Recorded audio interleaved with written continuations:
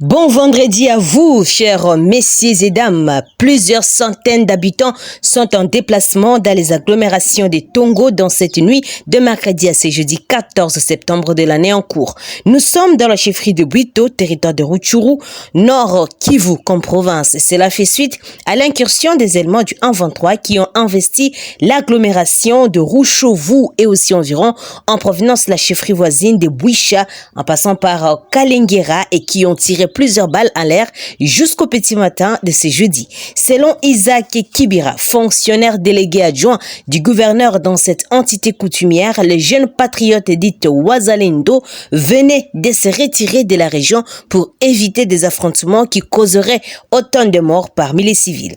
Les tirs entendus la nuit ont provoqué de nouveaux déplacements massifs de la population. C'est à partir d'hier vers 18h que les éléments du 123 à bord des véhicules ont quitté vers la chefferie de Bwisha en passant par Kalengera pour aller du côté Tongo. Les Wazalendo étaient déjà au courant de leur traversée lorsqu'ils ont vu que les dégâts collatéraux peuvent être énormes au niveau de l'agglomération de Rutshuru. Ils se sont retirés pour éviter les pertes en vies humaines.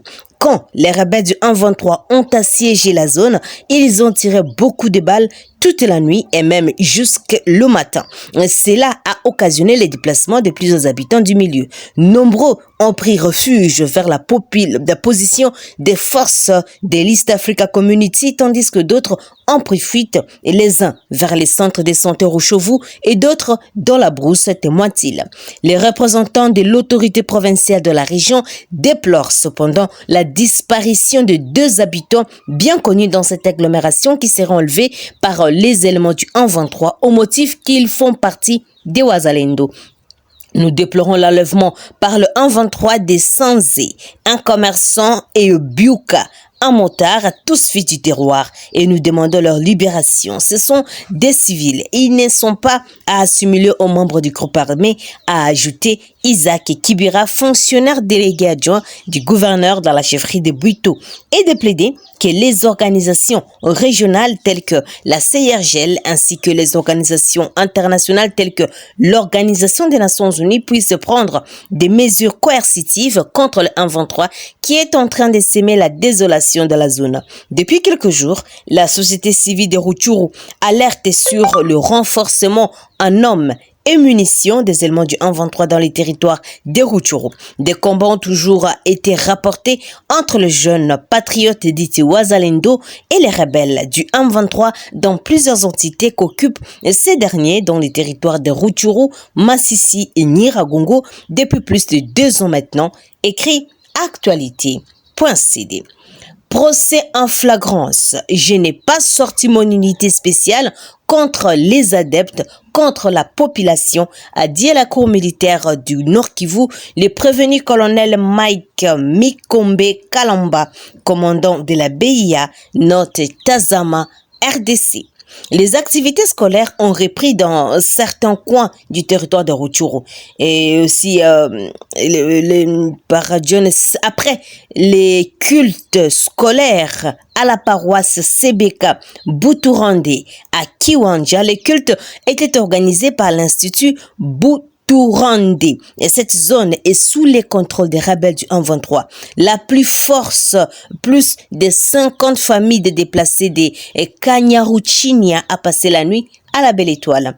Et des enfants, des femmes enceintes ont nagé dans l'eau après avoir perdu leurs abris dans la nuit du mercredi à jeudi 14 septembre.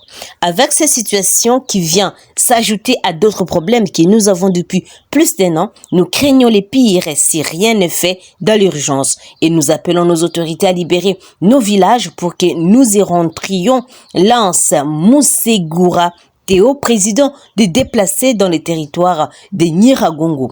Suite au calme qui règne actuellement à Minembwe, la société civile félicite l'armée pour un travail professionnel abattu dans la zone.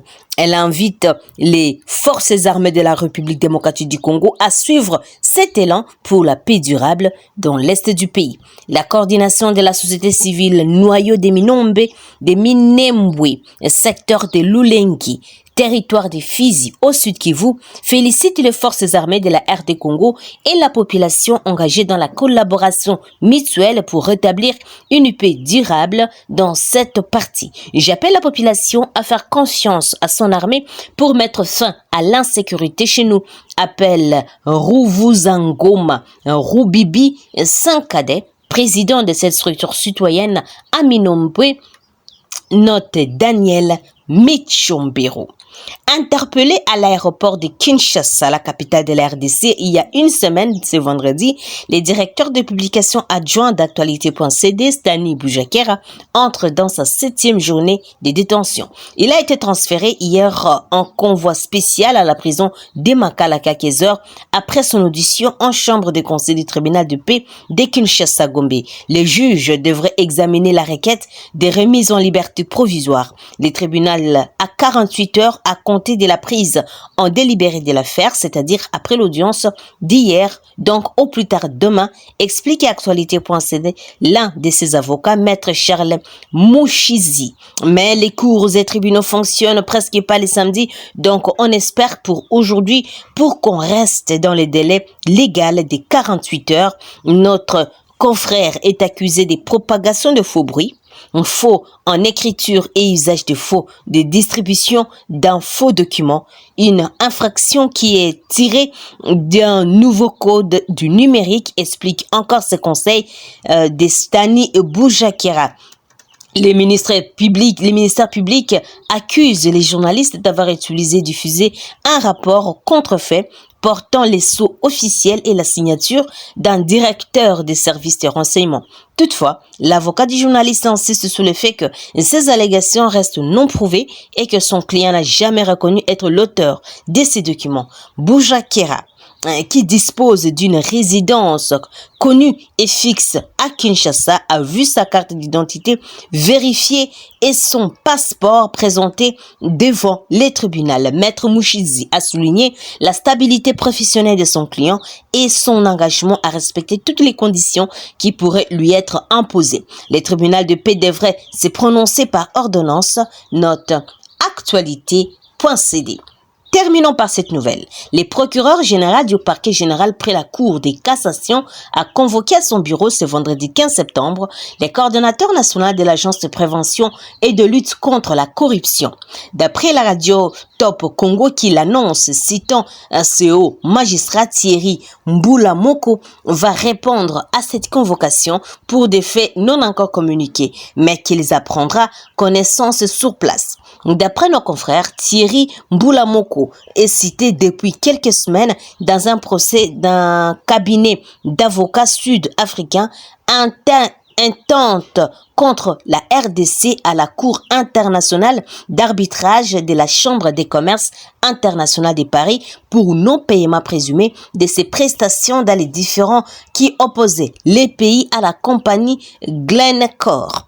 Les coordonnateurs de l'APCLS doivent au cabinet sud-africain Centurion Law Group une somme de 36 millions de dollars américains après le paiement d'amende de Glencore, écrit infodirect.net. Merci à vous de nous avoir suivis jusqu'à la fin, messieurs des âmes. N'oubliez pas de vous abonner, d'aimer la page et de nous laisser un commentaire. Je suis Santi Chisenga, présentement dans la province de la Tchopo, pour Afro Info des 43. Au revoir.